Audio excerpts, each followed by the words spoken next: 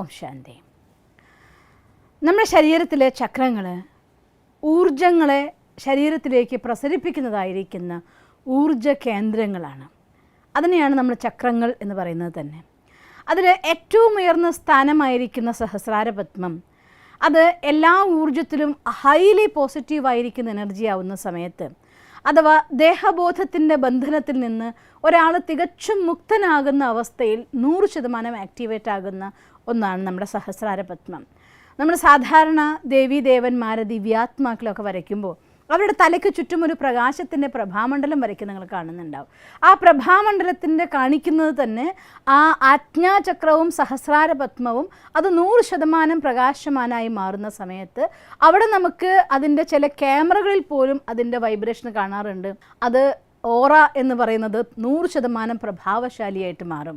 അതായത് ആധ്യാത്മികമായിട്ട്, സ്പിരിച്വലി, മറ്റൊരു ഭാഷ പറഞ്ഞാൽ സ്പിരിച്വലി എന്ന് പറയുന്ന സമയത്ത് അത് ഗുരുക്കന്മാർക്ക് മറ്റുള്ളവർക്ക് എന്നൊക്കെ വിചാരിച്ചു പോവാം. സ്പിരിച്വൽ മീൻസ് മൂല്യങ്ങൾക്ക് അധിഷ്ഠിതമാകുന്ന രീതിയിൽ നമ്മുടെ ഒറിജിനൽ സംസ്കാരമായിരിക്കുന്ന ജ്ഞാനം, സ്നേഹം, ശാന്തി, ശക്തി, പവിത്രത, കരുണ, ആനന്ദം, ഈ അടിസ്ഥാന മൂല്യങ്ങൾ ആധാരത്തിൽ ഒരു മനുഷ്യൻ്റെ ഉള്ളിൽ നിന്ന് സങ്കല്പങ്ങൾ പൂർണ്ണമായി പ്രവഹിക്കാൻ തുടങ്ങുമ്പോൾ ആ സമയത്ത് നമ്മുടെ സഹസ്രാരപത്മം അത് അതിൻ്റെ മാക്സിമം എനർജറ്റിക് ഫോമിലേക്ക് അത് ആക്റ്റീവ് ആകുകയും, അങ്ങനെ ആക്റ്റീവ് ആകുന്നു എന്ന് വെച്ചാൽ അർത്ഥം അവർക്ക് അക്ഷീണരായിക്കൊണ്ട് രാവും പകലും പണിയെടുക്കാനുള്ളതായിരിക്കുന്ന ഊർജം അവരുള്ളിൽ നിറയുന്നതാണ്.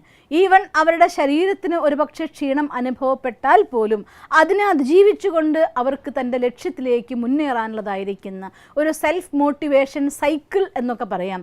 അവരുടെ മനസ്സും ശരീരവും കൂടി ഒത്തിണങ്ങി പ്രവർത്തിച്ചുകൊണ്ട് വലിയ വലിയ ലക്ഷ്യങ്ങളിലേക്ക് അവരെ സ്വയമേവ നയിച്ചു കൊണ്ടുപോകുന്ന ഒരു ഊർജ്ജമായിട്ടത് പ്രവർത്തിക്കാൻ തുടങ്ങും. അത് നമ്മുടെ പോസിറ്റീവ് എനർജിയുടെ ഭാഗമാണ്. ഞാൻ പരമാത്മ മഹാവാക്യത്തിലൊന്ന് ഓർത്തു പോവുകയാണ്.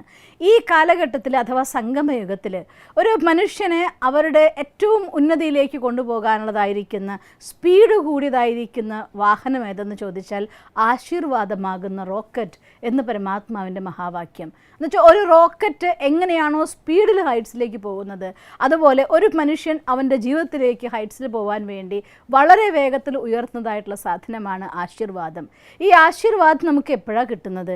എപ്പോഴാണോ നമ്മുടെ കർമ്മത്തിൽ ആ ശുദ്ധി വരുന്നത്. സാധാരണഗതിയിൽ നിങ്ങൾ കണ്ടിട്ടുണ്ടോ, ആരെങ്കിലും നമ്മൾ അനുഗ്രഹിക്കുകയാണെങ്കിൽ അവരുടെ കൈ എപ്പോഴും നമ്മുടെ ഈ സഹസ്രാരപത്മത്തിൽ ഇവിടെ കൈവച്ചിട്ടാണ് അനുഗ്രഹിക്കുന്നത്. എന്നുവെച്ചാൽ ഒരാളിൽ നിന്ന് പോസിറ്റീവായിട്ടുള്ള എനർജി നമ്മുടെ സഹസ്രാരപത്മത്തിൽ സ്പർശിച്ച് അതിലൂടെ ഒഴുകുന്ന സമയത്ത് തീർച്ചയായിട്ടും ഒരു മനുഷ്യൻ്റെ ചക്രങ്ങളിലേക്കൊക്കെ എനർജിയുടെ പ്രവാഹം ഉണ്ടാവും. മാക്സിമം അത് ആക്ടിവേറ്റ് ആവുന്നതോടുകൂടി അവരുടെ ഉള്ളിൽ പോസിറ്റിവിറ്റിയുടെ ഒരു ഉണർച്ച സംഭവിക്കാറുണ്ട്. അതുകൊണ്ടാണ് ഗുരുക്കന്മാരൊക്കെ ശിഷ്യന്മാരെ കൈ അനുഗ്രഹിക്കുമ്പോൾ ഈ ഉള്ളം കൈയിനെ തലയുടെ ഈ സഹസ്രാരപത്മത്തിൽ വെച്ച് അനുഗ്രഹിക്കുന്നതായിട്ട് കാണിക്കുന്നത്. അത് ആക്ടിവേറ്റ് ആക്കുന്നതായിരിക്കുന്ന ഒരവസ്ഥയാണ്.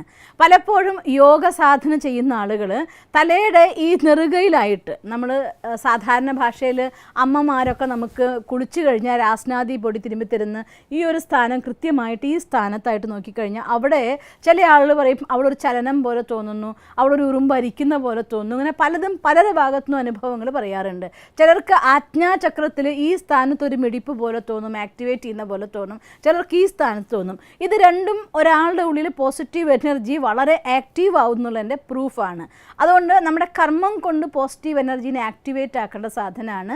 അതിന് ഏറ്റവും നല്ലത് നല്ല സംസാരം, എല്ലാവരോടും സ്നേഹത്തോടെ മധുരമായി സംസാരിക്കാൻ പഠിക്കുകയും എല്ലാവർക്കും നല്ല പെരുമാറ്റം കാഴ്ചവെക്കുകയും ചെയ്യാൻ സാധിച്ചാൽ ആ കർമ്മമാണ് വാസ്തവത്തിൽ നമുക്ക് ഏറ്റവും വലിയ അനുഗ്രഹമായിട്ട് മാറുന്നത്. അങ്ങനെ സ്വയം നമ്മളെ തന്നെ അനുഗ്രഹിക്കുന്നതായിട്ടൊരവസ്ഥയുണ്ടെങ്കിൽ നമ്മുടെ സഹസ്രാരപത്മം ആക്റ്റീവ് ആകും. ഇത് ആക്റ്റീവ് ആകുന്നതിനനുസരിച്ച് നമ്മുടെ ഉള്ളിൽ നിന്ന് ഉന്മേഷം, ഉത്സാഹം, എന്തെങ്കിലും പ്രശ്നം വന്നാൽ അതിനെ അതിജീവിച്ചുകൊണ്ട് മുന്നോട്ട് പോകാനുള്ള ഒരു ഊർജം, ഒരു മോട്ടിവേഷൻ, ഒരു ഉത്സാഹത്തിൻ്റെ ശക്തി, ഇതെല്ലാം നിങ്ങളുടെ ലൈഫിൽ എല്ലായ്പ്പോഴും അനുഭവപ്പെടും. നമുക്ക് ഗാന്ധിജിയെ നോക്കിയാൽ കാണാൻ സാധിക്കും. അദ്ദേഹത്തിൻ്റെ മെലിഞ്ഞ ശാരീരികമായി നോക്കിയാൽ ശാരീരിക ശക്തി വളരെ കുറച്ചേ ഉണ്ടായിരുന്നുള്ളൂ. പക്ഷേ അദ്ദേഹം നടക്കുന്നതായിരിക്കുന്ന ദൂരം, ചെയ്യുന്നതായിട്ടുള്ള കർമ്മങ്ങൾ, പ്രഭാഷണങ്ങൾ, അദ്ദേഹത്തിൻ്റെ കർമ്മ പദ്ധതികൾ നോക്കിയാൽ ഒരുപാട് ആക്ടിവിറ്റി അദ്ദേഹം ചെയ്യുന്നുണ്ടായിരുന്നു. ആ ഊർജ്ജം ശാരീരികമായിരിക്കുന്ന ക്ഷമത മാത്രമായിരുന്നില്ല, അദ്ദേഹത്തിനുള്ളിൽ നിന്ന് പോസിറ്റീവായിട്ടുള്ള കർമ്മം കൊണ്ട് ആക്ടിവേറ്റ് ആക്കപ്പെട്ടതായിരിക്കുന്ന ഒരു ഊർജ്ജമാണ്. അതുകൊണ്ടാണ് ഋഷി മുനിമാർ പലരും തന്നെ അവരുടെ ശരീരത്തിൻ്റെ ക്ഷമത, ശാരീരികമായ ശക്തി നോക്കിയാൽ വലിയ മസിൽസോ അല്ലെങ്കിൽ ജിം പോലുള്ളതായിട്ടുള്ള ബോഡി ഒന്നും ആയിരിക്കില്ല അവരുടെ. പക്ഷേ പ്രകൃതിയിലെ ഏത് തണുപ്പിനെ പോലും അതിജീവിച്ചുകൊണ്ട് ഹിമാലയത്തിലും അല്പവസ്ത്രധാരികളായിരിക്കുന്ന ഋഷിവര്യന്മാർ തപസ്സനുഷ്ഠിക്കുന്ന നമുക്ക് കാണാം. കാരണം അവർ സഹസ്രാര പത്മം ആക്റ്റീവ് ആകുന്നതോടുകൂടി ശരീരത്തിലെ ഊർജ്ജം പൂർണ്ണമായിട്ട് ആക്റ്റീവ് ആക്കപ്പെടും. രാവും പകലും അധ്വാനിക്കാൻ വേണമെങ്കിലും അവർക്ക് ശക്തി ഉണ്ടായിരിക്കും. ഈ പ്രപഞ്ചത്തിലെ പഞ്ചതത്വങ്ങളുടെ ഏത് ഏറ്റക്കുറച്ചിനെയും അതിജീവിച്ചുകൊണ്ട് ശരീരത്തിൽ ആരോഗ്യസ്ഥിതി നിലനിർത്താനുള്ളതായിട്ടുള്ള ശക്തി ഉണ്ടാവും. മനസ്സിലെ എന്ത് പ്രശ്നങ്ങളെയും അതിജീവിച്ചുകൊണ്ട് മുന്നോട്ട് പോകാനുള്ള ശക്തി ഉണ്ടാവും. അതുകൊണ്ട് 2 കാര്യങ്ങളാണ് അത് ആക്ടിവേറ്റ് ചെയ്യാൻ വേണ്ടി ചെയ്യേണ്ടത്. ഒന്ന്, നമ്മുടെ ശാരീരികമായിരിക്കുന്ന പ്രാണായാമങ്ങളിലെ മെത്തേഡുകൾ, കപാലഭാതി, അതുപോലെ അനുലോമ വിലോമം, ഇങ്ങനെയുള്ളതായിരിക്കുന്ന പ്രാണായാമങ്ങൾ, അതിന് പൂർണ്ണമായിട്ടും ഇവിടേക്ക് പോസിറ്റീവ് എനർജി സ്പ്രെഡാക്കുന്ന ക്ലീനിങ് നടക്കുന്ന വായുവിലുള്ളതായിട്ടുള്ള ക്ലീനിങ് ശരീരത്തിൽ സംഭവ്യമാക്കി മാറ്റും. ഒപ്പം സ്ഥൂലമായിരിക്കുന്ന രീതിയിൽ ക്ലീനിങ്ങിന് അതൊക്കെ നമ്മളെ സഹായിച്ചേക്കാം. അതേസമയം ആന്തരികമായിട്ടുള്ള ക്ലീനിങ്, അതാണ് വളരെ ഇമ്പോർട്ടൻറ്റ്.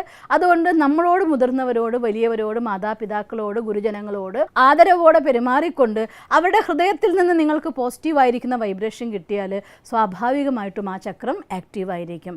അതുകൊണ്ട് നല്ല കർമ്മങ്ങളിലൂടെ പോസിറ്റീവ് എനർജി കൊണ്ട് നമ്മുടെ ഓറയെ പവർഫുള്ളാക്കി മാറ്റി സഹസ്രാര പത്മത്തെ ആക്റ്റീവാക്കാൻ. പിന്നെ മറ്റൊരു നല്ല മെത്തേഡാണ് ഞാൻ ഈ നശിച്ചു പോകുന്ന ദേഹം മാത്രമല്ല, ഞാൻ ആത്മാ എന്നുള്ളതായിരിക്കുന്ന ബോധം. ഇത് നശിച്ചു പോകുന്ന ഒന്നാണ്, പഞ്ചതത്വങ്ങൾ കൊണ്ടുണ്ടാക്കിയതാണ്. എത്ര സുന്ദരനായിരിക്കുന്ന ചെറുപ്പക്കാരനോ ചെറുപ്പക്കാരിയോ ആയിക്കോട്ടെ, ഒരു മാലാഖയെ പോലൊരു കുഞ്ഞായിക്കോട്ടെ, ഇതിൽ നിന്ന് ഈ ചൈതന്യം പോയി കഴിഞ്ഞാൽ അത് വെറും ജഡമാണ്, കത്തിച്ച് കളയുക നമ്മൾ ചെയ്യുന്നത്. അതിനൊരിക്കലും സൂക്ഷിച്ചു വെക്കാറില്ല. കാരണം ഇതിൻ്റെ ചൈതന്യം, ഇതിൻ്റെ ശക്തി ഈ കാണുന്ന രൂപമല്ല, ഇതിൻ്റെ ഉള്ളതായിട്ടുള്ള ആ ചൈതന്യമായിരിക്കുന്ന ശക്തിയാണ്. അതാണ് ഞാനെന്ന് പറയുന്ന ആത്മാവെന്ന് പറയുന്നത്. അപ്പോൾ അതുകൊണ്ട് ഞാൻ ശാന്തസ്വരൂപാത്മാ, ഞാൻ ശക്തി സ്വരൂപാത്മാ, എൻ്റെ സ്വധർമ്മമാണ് പവിത്രത, എൻ്റെ സംസ്കാരം സത്യമാണ്, ഇത്തരത്തിൽ ഞാൻ സത്യസ്വരൂപമായിരിക്കുന്ന ആത്മാ, ഓരോ വാല്യൂം ആത്മാവിനുള്ളിൽ ഞാൻ അതാണ് എന്ന പോസിറ്റീവ് അഫർമേഷൻ നിങ്ങൾ ചെയ്യുന്നതോടുകൂടി സ്വാഭാവികമായും നിങ്ങളുടെ സഹസ്രാര പത്മം ആക്റ്റീവാകും. ഒപ്പം ഫിസിക്കലായി കുറച്ച് എക്സസൈസ് നിർബന്ധമാണ്. നമ്മുടെ ശരീരത്തിൻ്റെ ക്ലീനിങ്, അതും പോസിറ്റീവായിട്ടുള്ള നല്ല കർമ്മങ്ങളും, ഒപ്പം അവനവൻ്റെ പോസിറ്റീവ് അഫർമേഷനും. ഈ 3 കാര്യത്തിലും നിങ്ങൾ ശ്രദ്ധിക്കുകയാണെങ്കിൽ സഹസ്രാര പത്മത്തെ നമുക്ക് ആക്റ്റീവാക്കാൻ സാധിക്കും. ആക്റ്റീവാണെന്നുള്ളതിൻ്റെ പ്രൂഫാണ് എന്ത് സാഹചര്യത്തിലും അതിജീവിച്ചുകൊണ്ട് ഉന്മേഷത്തോടെ ജീവിതത്തിലെ എല്ലാ പ്രശ്നങ്ങളെയും മാറ്റിവെച്ചുകൊണ്ട് മുന്നിലോട്ട് പോയി ലൈഫിൽ ഹൈറ്റ്സിലെത്താനും നിങ്ങൾ ആഗ്രഹിക്കുന്ന പോലൊരു ജീവിതത്തെ കെട്ടിപ്പടുക്കാനും നിങ്ങൾക്ക് സാധിക്കും. അതുകൊണ്ട് ഇത്തരം കർമ്മങ്ങളിൽ ശ്രദ്ധിക്കണം. കുറച്ച് ശാരീരിക വ്യായാമത്തിലും നമ്മൾ ശ്രദ്ധിച്ചിരിക്കണം. ഒപ്പം നല്ല ചിന്തകൾ കൊണ്ടുവരാനും ശ്രമിക്കണം. മാനസികമായും അതുപോലെ കർമ്മം കൊണ്ടും ഒപ്പം നമ്മുടെ വാക്കുകൾ കൊണ്ടും ശ്രദ്ധിക്കുകയാണെങ്കിൽ നമുക്ക് സഹസ്രാര പത്മത്തെ ആക്റ്റീവാക്കാം. അത് ആക്റ്റീവാണ് എങ്കിൽ നിങ്ങൾക്ക് സദാ ഉന്മേഷത്തോടെ, ഉത്സാഹത്തോടെ, ക്ഷീണം നിങ്ങളെ കീഴടക്കാത്ത രീതിയിൽ അതിജീവിച്ചുകൊണ്ട് നിങ്ങളുടെ ജീവിതത്തിലെ സ്വപ്നങ്ങളെല്ലാം നേടിയെടുക്കാൻ നിങ്ങൾക്ക് സാധിക്കും. അങ്ങനെ സാധിക്കട്ടെ എന്ന് ഞാൻ ഈശ്വരനോട് പ്രാർത്ഥിക്കുന്നു. ഓം ശാന്തി.